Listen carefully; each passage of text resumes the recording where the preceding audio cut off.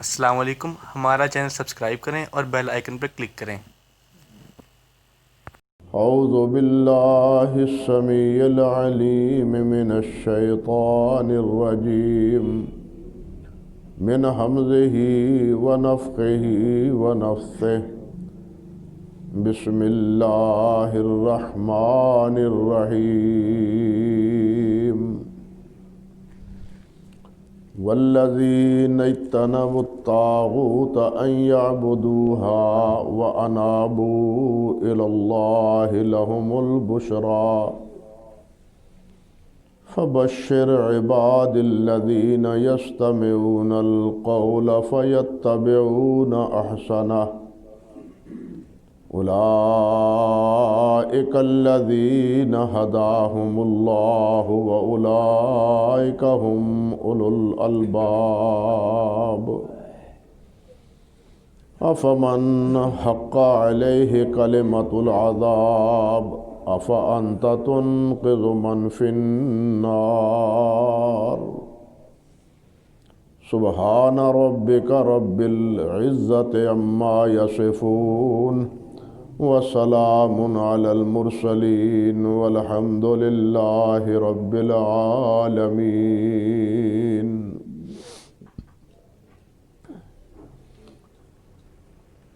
محترم و معزز سامعین کرام، ان آیات مبارکہ کے حوالے سے آپ مسلسل 2-3 خطبات میں ان کی تعبیر، تاویل اور تفسیر سن چکے ہیں۔ پہلی گفتگو کا خلاصہ یہ ہے کہ اللہ ذوالجلال والاکرام نے ان حضرات کو، ان خوش نصیبوں کو بشارت دی ہے جو شیطان کی عبادت سے، طاغوت کی بندگی سے، اس کی اطاعت سے اجتناب کرتے ہیں اور اللہ رب العزت کے عبادت گزار بنے رہتے ہیں۔ ہمیشہ ان کی توجہ، ان کا رجوع اللہ رب العزت کی طرف رہتا ہے۔ یہی لوگ ہیں جو بڑے غور اور بڑے توجہ سے اللہ رب العزت کا کلام سنتے ہیں اور پھر اس پر عمل کرتے ہیں۔ یہ اوصاف بیان کیے ہیں اور انہی کو اللہ ذوالجلال نے بشارت دی ہے، فبشر عباد الذین یستمعون القول فیتبعون احسنہ، کہ میرے ان بندوں کو مبارک دے دیجئے، بشارت دے دیجئے جو قرآن مجید سنتے ہیں اور قرآن مجید پر عمل کرتے ہیں۔ اس کے بعد اللہ فرماتے ہیں اولئک الذین ھداہم اللہ واولئک ھم اولو الالباب، یہی وہ لوگ ہیں جنہیں اللہ رب العزت نے ہدایت عطا فرمائی۔ ہدایت یافتہ یہ، ہدایت پر یہ لوگ، اور یہی عقل مند ہے۔ اب ہدایت کسے کہتے ہیں، اس کے کیا درجے اور کیا مراتب ہیں، آج کے خطبے کا موضوع یہ ہے۔ ہدایت کی 3 قسمیں بیان کی جاتی ہیں۔ پہلا درجہ یہ ہے جو سب سے عرفہ اور اعلیٰ ہے کہ اللہ تعالیٰ علم بھی عطا فرمائے اور علم کے مطابق عمل کی بھی توفیق بخشے۔ علم اور عمل، یہ ہے کامل ہدایت۔ دوسرا درجہ یہ ہے کہ علم تو دے لیکن عمل نہ ہو۔ تیسرا درجہ یہ ہے کہ عمل تو ہو لیکن علم نہ ہو۔ عمل تو کرتا ہو لیکن علم نہ ہو ان اعمال کے بارے میں، صحیح طریقہ اور اللہ رب العزت کے ہاں قبولیت کا درجہ عرفہ اور اعلیٰ کا درجہ وہ یہی ہے کہ اللہ علم بھی دے اور علم کے مطابق عمل بھی عطا فرمائے۔ علم انبیاء کرام علیہم السلام کی میراث ہے، عمل بھی اللہ انبیاء کرام علیہم السلام کی میراث ہے۔ اسی سے ہمیں سمجھ لینا چاہیے کہ یہ دونوں درجے یعنی دونوں چیزیں، ہدایت کے یہ دونوں پہلو کتنے عظیم الشان ہیں۔ انبیاء کو اللہ تعالیٰ نے یہی فرمایا کہ عمل کرو اور علم حاصل کرو، حتیٰ کہ اللہ کے پیارے پیغمبر حضرت محمد رسول اللہ صلی اللہ علیہ وسلم سے اللہ رب العزت نے فرمایا ہے وَقُلْ رَبِّ زِدْنِي عِلْمًا، اے میرے نبی آپ یہ کہا کریں، دعا کیا کریں کہ اللہ مجھے علم اور عطا فرما، اور علم عطا فرما۔ اور نبی علیہ الصلوۃ والسلام نے بھی نہ مال مانگا ہے، نہ ہی بادشاہت جاہ و جلال مانگی ہے، بلکہ بادشاہت کی بجائے جاہ و جلال کی بجائے عبدیت اختیار کی ہے۔ اللہ رب العزت سے علم کے اضافے میں دعائیں کی ہیں، اللہم انی اسألک علما نافع، کہ اے اللہ مجھے علم نافع عطا فرما۔ یہ علم نافع بھی وہی ہے جس علم پر عمل کیا جائے، جو انسان کے لیے نجات کا باعث ہو۔ نجات کا باعث یہ علم اور یہ عمل ہے۔ عمل سے پہلے علم ہونا چاہیے۔ حضرت امام بخاری رحمۃ اللہ علیہ نے صحیح بخاری میں یہ باب باندھا ہے العلم قبل القول والعمل، کہ بات کرنے سے پہلے اور عمل کرنے سے پہلے علم حاصل کرنا چاہیے۔ آج کل کا دور میڈیا کا دور ہے، اور میڈیا میں ہر آدمی جو اس کی سمجھ میں آتا ہے وہ کہی جا رہا ہے، اور بہت سے لوگ ایسے ہیں بد نصیب جو لوگوں کو گمراہیوں میں مبتلا کرنے پہ لگے ہوئے، ہدایت کی راہ نہیں۔ اور وہ کیوں ہے کہ وہ کتابیں پڑھ پڑھ کے علم حاصل کرتے ہیں۔ علماء نے کہا ہے، بلکہ ایک حدیث میں بھی ہے کہ العلم بالتعلم، علم سیکھنے سے آتا ہے، علم اساتذہ سے سیکھنے سے آتا ہے۔ قرآن مجید سراپا علم ہے نا، قرآن مجید سراپا علم ہے، لیکن اس کو سکھانے کے لیے بھی اللہ نے نبی کو بھیجا ہے صلی اللہ علیہ وسلم۔ کوئی کتاب ایسی نہیں جو بغیر نبی کے اللہ ذوالجلال نے نازل کر دی اور کہہ دیا ہو کہ یہ میرا صحیفہ ہے، یہ کتاب ہدایت ہے، اس کو پڑھو، تمہاری زبان میں ہے، جو زبان تم بولتے ہو اسی زبان میں میں نے یہ کتاب تمہیں دی ہے، کتاب ہدایت، اس پر عمل کرو۔ کبھی ایسا نہیں ہوا پوری انبیاء کرام علیہ السلام کی تاریخ میں، بلکہ انبیاء کرام علیہ السلام کو اللہ ذوالجلال نے کتاب دی ہے۔ کتاب کیوں دی ہے؟ خود اللہ ذوالجلال نے فرمایا کہ میرے نبی محمد صلی اللہ علیہ وسلم یعلمہم الکتاب والحکمہ، کتاب کی تعلیم دیتے ہیں۔ نبی علیہ السلام معلم ہیں۔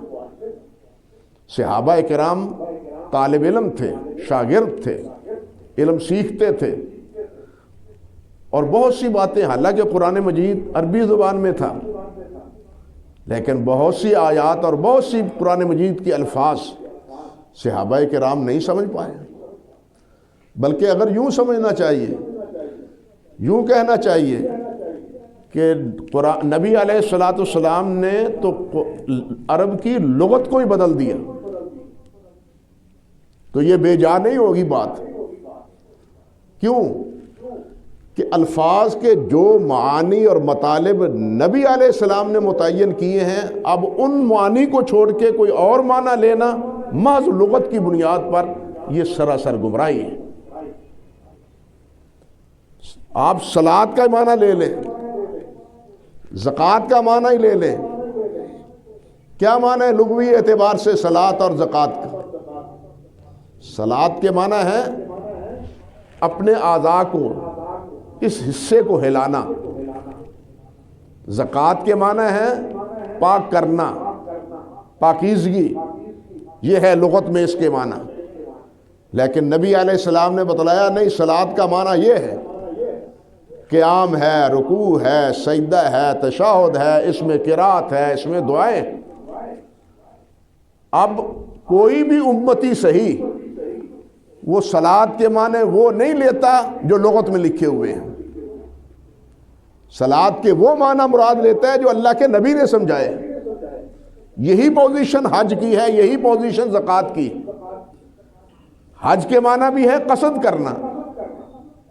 اب یہ قصد کرنا کیا ہے؟ اللہ کے گھر کا قصد کرنا۔ وہاں قصد کر کے کرنا کیا ہے؟ وہ خود نبی علیہ السلام نے فرما دیا، علموا منی مناسککم، مجھ سے حج کے طریقے سیکھ لو، میں جس طرح حج کر رہا ہوں دیکھ لو میں کس طرح کر رہا ہوں، کہاں کہاں جا رہا ہوں، کیا کیا کہاں کہاں دعا کر رہا ہوں، کیا فعل کر رہا ہوں، یہ سارے مجھ سے سیکھ لو، آئندہ سال شاید میں تمہارے ساتھ حج نہ کر سکوں۔ اللہ اکبر کبیر۔ تو عرض کرنے کا مقصد یہ تھا کہ قرآن مجید کو سمجھانے والے کون ہیں؟ نبی کریم صلی اللہ علیہ وسلم۔ قرآن مجید کو صحابہ کرام نے نبی علیہ السلام سے سمجھا ہے، بلکہ قرآن کو سمجھنے سے پہلے ایمان کو سمجھا ہے۔ صحابی فرماتے ہیں کنا نتعلم الایمان قبل القرآن، ہم قرآن سے پہلے ایمان کو سمجھتے تھے۔ ایمان کیا ہے؟ حالانکہ قرآن مجید بھی ایمان کو ہی رہنمائی کرتا ہے، لیکن نبی علیہ السلام نے سب سے پہلے ایمان بتلایا ہے، سب سے پہلے دعوت۔ نبی علیہ السلام نے کیا دی تھی؟ لا الہ الا اللہ محمد رسول اللہ کی۔ قرآن پڑھ کے یا یہ تو نہیں کہہ دیا تھا سب سے پہلی بات اقرا بسم ربک الذی خلق، یہ مجھ پر نازل ہوئی ہے، یہ تو نہیں فرمایا نبی علیہ السلام۔ آپ نے یہی ارشاد فرمایا کہ قولوا لا الہ الا اللہ، یہ کہو کہ اللہ کے علاوہ اور کوئی الہ نہیں۔ اور جو بھی آتا تھا مسلمان ہوتا تھا، مسلمان ہونے کے بعد سب سے پہلے نبی علیہ السلام فرماتے تھے ایمان لاؤ۔ ایمان کو جانتے ہو کیا ہے؟ نہیں جی، آپ پھر اس کو ایمان سمجھاتے تھے۔ اسی کو نبی علیہ الصلوۃ والسلام صحابہ کرام فرماتے ہیں کنا نتعلم الایمان قبل القرآن، ہم پہلے ایمان لاتے تھے۔ اب ایمان کا تقاضا کیا ہے؟ کہ جو کچھ اللہ اور اللہ کے رسول نے فرما دیا سر تسلیم خم ہے جو مزاج یار میں آئے۔ گمراہی یہیں سے پھیلتی ہے جب اللہ اور اللہ کے رسول کو صحیح نہیں مانا جاتا۔ انسان اس وقت بہکتا ہے جب قرآن مجید کو نبی علیہ السلام کے مفہوم میں نہیں سمجھا جاتا بلکہ لغت عرب کے تحت سمجھا جاتا ہے۔ آپ حیران ہوں گے، ایک انسان نے، یہ قرآن مجید کی آیت ہے نا، لا الہ الا انت سبحانک انی کنت من الظالمین، حضرت یونس علیہ السلام کی دعا ہے۔ نبی علیہ السلام نے فرمایا کہ جو آدمی اپنی دعا میں یہ دعا شامل کر لیتا ہے اللہ ذوالجلال اس کی دعا کو قبول فرماتا ہے۔ اللہ اکبر کبیر۔ لیکن جو قرآن کو نبی کی زبان سے نہیں سمجھتا، لغت کی زبان سے سمجھتا ہے، اس نے پتہ ہے کیا معنی کیا ہے؟ وہ کہتا ہے لا الہ الا انت سبحانک انی کنت من الظالمین۔ اگر آگے ہے نا اس کے، اگر یونس اللہ کی یہ تسبیح بیان نہ کرتے، لولا انہ کان من المسبحین للبث فی بطنہ الی یوم یبعثون، قیامت کے دن تک مچھلی کے پیٹ میں رہتے۔ وہ کہتے ہیں مسبحون کا معنی ہے، سبحہ کا معنی ہوتا ہے تیرنا۔ یونس علیہ السلام کو تیرنا آتا تھا، اگر یہ تیرنا نہ آتا ہوتا تو مچھلی کے پیٹ میں رہتے۔ اندازہ کیجئے گمراہی کی انتہا کیا ہے، اور یہ کیوں ہے؟ کتاب نکال لی لغت کی اور کتاب سے اس کا ترجمہ دیکھ لیا، نبی علیہ السلام کو پیچھے پھینک دیا، معاذ اللہ ثم استغفر اللہ۔ جس قرآن نے کہا تھا لا تقدموا بین یدی اللہ ورسولہ، اللہ کے نبی سے آگے نہ بڑھو، وہ مفہوم نبی کا مقرر نہ کیا، اپنے ذہن میں جو تھا اس کو آگے کر دیا۔ یہ ہے گمراہی کی بنیاد۔ علم ہمیشہ تعلم سے آتا ہے، استاد سے آتا ہے۔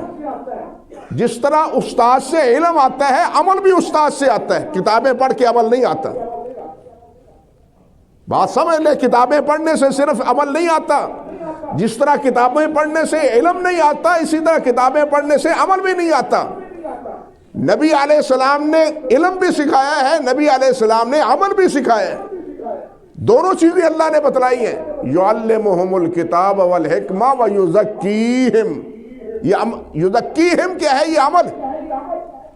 ویزکیہم، ان کا تزکیہ کرتے ہیں، ان کی اصلاح کرتے ہیں، ان کی تربیت کرتے ہیں، انہیں بتلاتے ہیں ایمان کیا ہے، انہیں بتلاتے ہیں عبادت کیا ہے۔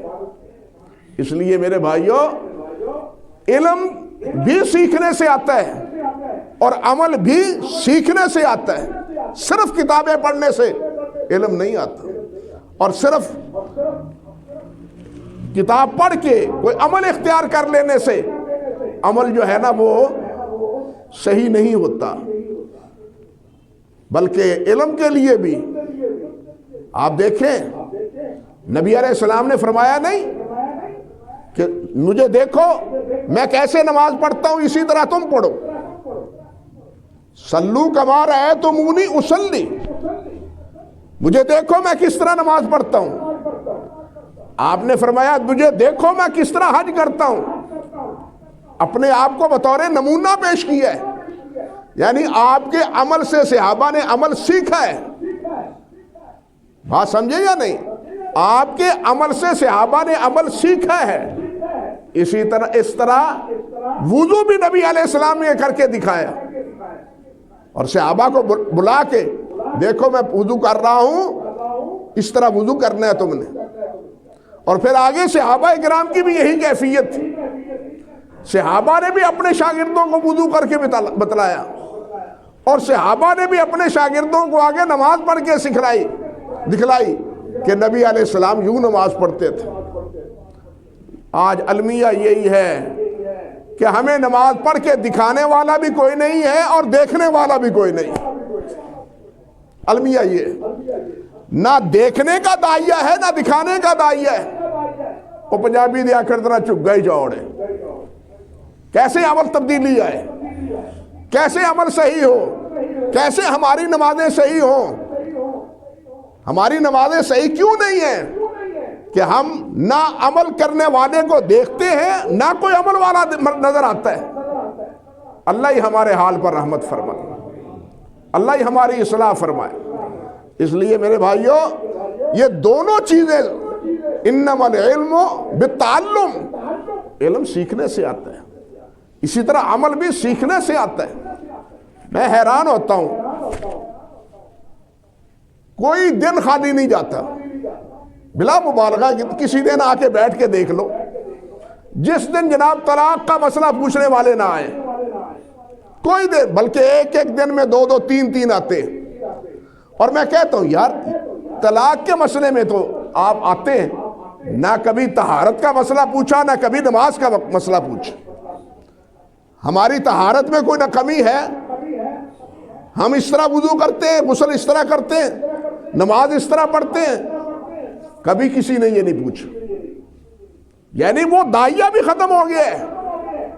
ضرورت کے دین ہمارا ضرورت کا ہم نے بنا لیا ہے۔ شادی ضرورت ہے نا، اب طلاق دے دی، اب کہاں جائیں؟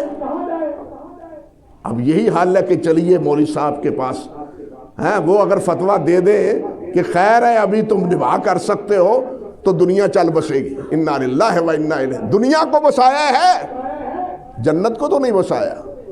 کیا حال ہے ہمارا، کہاں بیٹھے ہیں ہم؟ اس لیے میرے بھائیوں، علم اور علم کے ساتھ عمل۔ حدیث میں آتا ہے، آپ دیکھیے دونوں چیزیں، نبی علیہ الصلوۃ والسلام علم پڑھتے تھے، علم پڑھاتے تھے، سکھاتے تھے، اور اس کے ساتھ اللہ نے کیا فرمایا ہے؟ اللہ ذوالجلال نے فرمایا انما یخشی اللہ من عبادہ العلماء، کہ اللہ سے ڈرنے والے عالم ہیں۔ ہمیں جائزہ لینا چاہیے پڑھنے والوں کو بھی، ہمارے دل میں اللہ کا ڈر اور اللہ کی خشیت کتنی ہے۔ نبی کریم صلی اللہ علیہ وسلم نے ایک موقع پر فرمایا تھا، تفصیل کا وقت نہیں ہے، ایک موقع پر ارشاد فرمایا تھا انی لأعلمہم باللہ وانی لأخشاہم باللہ، میں ان سے زیادہ اللہ کو جاننے والا ہوں اور اللہ سے زیادہ ڈرنے والا ہوں۔ اللہ سے سب سے زیادہ ڈرنے والے انبیاء ہوتے ہیں، بلکہ جس کو جتنی اللہ کی معرفت ہوتی ہے وہ اتنا ہی اللہ رب العزت سے ڈرنے والا ہوتا ہے۔ اللہ اکبر کبیرہ۔ اور یہی خشیت پھر آگے حضرات صحابہ کرام میں تھی، علم بھی تھا، عمل بھی تھا، خشیت بھی تھی، عمل بھی تھا۔ کئی بار سنا چکا ہوں، حضرت ابو بکر صدیق رضی اللہ تعالی عنہ وہ بیٹھے ہیں، زبان کو کھینچتے ہیں، زبان پکڑ کے، یہ ان ھذا عورض عن الموارد۔ حضرت عمر فرماتے ہیں ابو بکر یا بھائی یہ کیا کر رہے ہو، تم کیا کر رہے ہو؟ ابو بکر فرماتے ہیں اس نے تو مجھے ہلاکت کے گڑھوں میں ڈال دیا ہے۔ یہ ابو بکر صدیق ہے، جھوٹ نہیں بولتا، جو جس نے زندگی بھر کبھی جھوٹ نہیں بولا، یہ صدیق ہے، اور یہ لقب اللہ کا دیا ہوا ہے ابو بکر کو رضی اللہ تعالی عنہ۔ لیکن زبان کے بارے میں کتنے محتاط اور کتنا خوف ہے انہیں، ہمیں تو خوف ہے ہی نہیں۔ ہماری بے خوفی کی حد یہ ہے کہ ہماری زبان سے جو آتا ہے واہی تواہی بولی چلی جاتے ہیں، انا للہ و انا الیہ راجعون۔ یہ سمجھتے ہی نہیں کہ اس کا بھی محاسبہ ہوتا ہے۔ او بھائیو، پہلے تو ہمیں یہ اس قسم کا اشکال، اعتراض، فرشتے لکھنے والے کیسے ہیں، کیسے نامہ اعمال سامنے آئے گا؟ پہلے تو کوئی کسی کی سمجھ میں آئے یا نہ آئے، لیکن آج کے میڈیا میں کیا یہ بات ایسی رہ گئی ہے کہ جو سمجھ میں نہیں آتی؟ یہ ویڈیو جو بنتے ہیں ان میں آواز بھی ہے، تصویر بھی ہے، اور یہ تمہارے آلے بنے ہوئے، یہ تمہارا آئینہ تمہیں دکھا دیتے ہیں، تو اللہ ذوالجلال والاکرام نے یہ بٹھائے ہوئے ہیں، ان کے بٹھانے پہ یہ آئینہ قیامت کے دن ہمارے سامنے نہیں ہوگا؟ ہمیں یاد نہیں آتا؟ یہ قرآن پاک نے جو فرما دی ہے، اللہ نے جو یہ فرما دیا اقرأ کتابک کفیٰ بنفسک الیوم علیک حسیبا، یہی تیرا نامہ اعمال تو اس سے حساب لینے کے لیے کافی ہے۔ یہ فرشتوں کا لکھا ہوا، اس وقت یہ پڑھ کے دیکھے گا ما لہذا الکتاب لا یغادر صغیرۃ ولا کبیرہ، اور کیا بات ہے کہ اس نے نہ کوئی چھوٹی چیز چھوڑی ہے نہ کوئی بڑی چیز چھوڑی ہے۔ آنکھیں تو اس وقت کھلیں گی، آنکھیں اس وقت کھلیں گی، اب آنکھیں نہیں کھلی، اس لیے جو زبان میں آتا ہے کہے جاتا ہے، وہ کتابوں کو پڑھنے والا ہو، وہ کتابوں کو نہ پڑھنے والا ہو۔ اللہ ہی ہمارے حال پہ رحمت فرمائے۔ ہمیں سیکھنے کا شوق نہیں ہے، ہمیں سیکھنے کا شوق نہیں ہے، اور المیہ یہ ہے کہ جو 5 6 7 سال پڑھ جاتا ہے، پڑھنے کے بعد دینی مدارس کی بات کرتا ہوں، وہ اس کے بعد کسی استاد کے پاس پڑھنا اپنے لیے توہین سمجھتا ہے۔ میں تو اب پڑھ چکا ہوں، میں تو سند یافتہ ہوں، میں تو فاضل جامعہ سلفیہ ہوں، میں تو فاضل فلاں مدرسے کا ہوں۔ کسی استاد کے سامنے بیٹھ کے مزید تربیت حاصل کرنا یہ ہمارا موضوع ہی نہیں رہا، یہ موضوع ہی ہمارا نہیں رہا، ہماری فکر ہی یہ نہیں ہے۔ حالانکہ 6-7 پڑھنے کے ساتھ 6-7 سال پڑھنے کے ساتھ ساری زندگی سنورتی نہیں سنبھلتی۔ یہ سنبھلتی ہے صحبت سے، یہ سمجھتی ہے مصاحبت سے، یہ کسی نیک آدمی کے پاس بیٹھنے سے سمجھتی ہے۔ جس طرح علم بغیر کتاب کے نہیں آتا، میں عرض کر رہا ہوں اسی طرح عمل بھی بغیر استاد کے نہیں آتا۔ علم جیسے استاد کے بغیر نہیں، اسی طرح عمل بھی استاد کے بغیر نہیں۔ ہمیں یہ بات سمجھ نہیں آتی، نہ سمجھانے والے ہم ہیں نہ سمجھنے والے، نہ سمجھنے والوں کا داعیہ ہے کہ ہم سمجھ لیں۔ تو بھائیو، یہ میراث ہے۔ نبیوں کی میراث کیا ہے؟ نبیوں کی میراث علم ہے، نبیوں کی میراث عمل ہے، نبیوں کی میراث خشیت ہے۔ جس میں یہ 3 چیزیں ہیں وہ نبی کا وارث ہے۔ بات سمجھے؟ جن میں یہ 3 چیزیں ہیں وہ نبی کا وارث ہے۔ ہم خوش ہو جاتے ہیں کہ جناب عالم ہے، نبی کا وارث ہے۔ نبی کا وارث صرف عالم نہیں ہے، وہ عالم یہود بھی تھے، عالم یہودی تھے، علم والے تھے، اللہ نے انہیں علم والا کہا ہے، لیکن عمل کھوٹا، عمل بیکار، دعوے ان کے دعوے ہی دعوے۔ ان کے مقابلے میں نصارہ وہ عمل کرتے تھے، کتاب نہیں تھی، علم نہیں تھا۔ حضرت عیسیٰ علیہ السلام کی زندگی میں زہد غالب تھا تو شاگردوں نے بھی زہد کی پٹری کو پکڑ لیا۔ جو تعلیم تھی حقیقتاً عیسیٰ علیہ السلام کی، اس سے توجہ ہٹا دی۔ اب عمل ہے، اور اس عمل میں روحانیت تک وہ پہنچے، ایسی روحانیت کہ جس کے تصور سے بھی رونگٹے کھڑے ہو جاتے ہیں، ایسی روحانیت اختیار کی۔ ہمارے بر صغیر کے جو صوفیوں میں بعض عبادتوں کا ذکر ہے، ایک ٹانگ پر عبادت، پانی میں کھڑے ہو کے عبادت، الٹا لٹک کے عبادت، یہ سب عیسائیوں سے، راہبوں سے آئی، عیسائیوں سے اور ہندوؤں سے آئی، مسلمان کا نہیں۔ نبی علیہ السلام خطبہ ارشاد فرما رہے تھے، سامنے ایک آدمی کو دھوپ میں کھڑا ہوا دیکھا، ابو اسرائیل کنیت تھی اس کی، یہ کیوں کھڑا ہے دھوپ میں؟ کیوں کھڑا ہے؟ جی اس نے نظر مانی ہے کہ میں دھوپ میں کھڑا رہوں گا، اللہ کی بندگی کروں گا۔ فرمایا اللہ ذوالجلال بے نیاز ہے اس کے دھوپ میں کھڑا ہونے سے، اس کو کہو قسم کا کفارہ دے لے اور سائے میں آ جائے،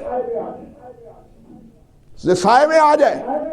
نبی علیہ السلام نے عبادت کرنے کے لیے، بھائی عبادت کے لیے تو ساری رات عبادت کرنے والوں کو نبی علیہ السلام نے روک دیا۔ آپ نے سنا نہیں علماء سے؟ ہمیشہ روزہ رکھنے سے اللہ کے نبی علیہ السلام نے روک دیا۔ اس لیے اسلام میں جو اعتدال ہے، یہ جو امت وسطیٰ ہے، آپ اس کی قدر کریں، اللہ کا شکر ادا کریں کہ اللہ نے اس امت کو امت وسطیٰ بنایا ہے۔ نہ اس میں افراط ہے، نہ اس میں تفریط ہے، نہ افراط یہودیوں کا ہے، نہ افراط تفریط عیسائیوں کی ہے۔ یہ امت وسطیٰ ہے، یہ دین وسطیٰ ہے۔ پچھلے خطبے میں سن رہے تھے نا کہ یہودیت میں کیا تھا؟ انتقام تھا، عدل تھا، صرف بدلہ تھا، اور عیسائیت میں کیا تھا؟ معاف کرنا تھا۔ لیکن اسلام میں دونوں چیزیں ہیں، بدلہ بھی ہے، اور اگر بدلہ لینے والا معاف کر دے تو یہ اس سے اونچا مرتبہ ہے۔ تو بات کو پہلے سمجھنا چاہیے، اور وہ سمجھ کس سے آتی ہے؟ اساتذہ سے آتی ہے۔ بعض حضرات کہتے ہیں ہم تو کتابی ہیں جی، کتاب ہم نے پڑھی ہے، فلاں پڑھی ہے، فلاں پڑھی۔ کتابوں کو پڑھ کے انسان صحیح راہ راست پر نہیں آتا۔ میں نے عرض کیا کہ قرآن ان کے بارے میں اللہ نے کیا فرمایا ہے؟ یُضِلُّ بِهِ كَثِيرًا وَيَهْدِي بِهِ كَثِيرًا۔ قرآن کتاب ہدایت ہے یا نہیں؟ قرآن سے بڑھ کے کوئی کتاب ہدایت ہے؟ لیکن اس کے باوجود اللہ نے کیا فرمایا؟ یضل بہ کثیرا ویہدی بہ کثیرا۔ کیا مطلب کہ اس کو پڑھ کے گمراہ بھی ہونے والے ہیں، اور گمراہ ہیں یا نہیں؟ اب کیا عرض کروں، رافضیوں اور خارجیوں سے لے کے سر سید اور جناب غلام احمد پرویز اور اس وقت جاوید غامدی تک سب اسی سرش میں مبتلا ہے، اسی بیماری میں مبتلا ہے۔ انا للہ و انا الیہ راجعون۔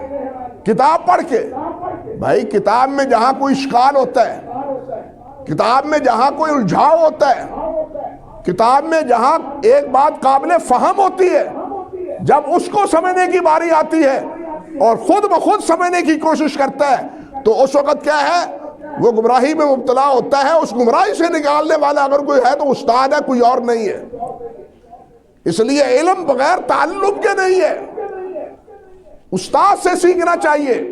اور یہ علم ہی میراث نہیں ہے انبیاء کی، بلکہ عمل بھی میراث ہے اور خشیت بھی میراث ہے۔ یہ تینوں چیزیں جب تک نہ ہوں اس وقت تک صحیح طور پر انسان ہدایت پر نہیں ہوتا۔ اللہ تعالیٰ نے جو فرمایا ہے نا، اولئک الذین ھداھم اللہ، یہ وہ لوگ ہیں جن کو اللہ نے ہدایت دی ہے۔ وہ کون ہیں؟ جو قرآن کو سنتے ہیں، قرآن پہ عمل کرتے ہیں، قرآن کو سنتے ہیں اور قرآن پر عمل کرتے ہیں۔ اور قرآن پر سب سے بڑا عمل کیا ہے؟ کہ اللہ وحدہ لا شریک کی عبادت کرتے ہیں اور اللہ کی عبادت میں کسی کو شریک نہیں کرتے۔ پہلا عمل یہ ہے، یعنی اس حکموں میں سب سے پہلا عمل کیا ہے؟ وہ والذین اجتنبوا الطاغوت وانابوا الی اللہ، جو شیطان سے بچتے ہیں اور اللہ کی طرف رجوع کرتے ہیں، یہ سب سے پہلا حکم ہے، تمام انبیاء کا بھی اور تمام کتابوں کا بھی۔ اس لیے پہلا حکم یہ ہے، پہلا عمل یہ ہے۔ باقی ساری کتاب بھری پڑی ہے اعمال کے بتلانے میں، اخلاق کے بتلانے میں اور عقائد کو صحیح کرنے میں۔ بہرحال عرض کرنے کا مقصد یہ تھا کہ اولئک الذین ھداھم اللہ، کہ یہ وہ لوگ ہیں جنہیں اللہ نے ہدایت دی ہے۔ اللہ ہمیں اس ہدایت کا حامل بنائے جو اللہ کے ہاں مقبول ہے۔ اور وہ ہدایت کون سی ہے؟ جو علم سے بھی ہو، عمل سے بھی ہو، خشیت سے بھی ہو، جو علم، عمل اور خشیت پر مبنی ہو۔ اللہ مجھے اور آپ کو اس کی توفیق عطا فرمائے۔ آگے جو بات باقی رہ گئی ہے انشاءاللہ آئندہ خطبے میں عرض کرنے کی کوشش کروں گا۔ اقول قولی ھذا استغفر اللہ لی ولکم ولسائر المسلمین۔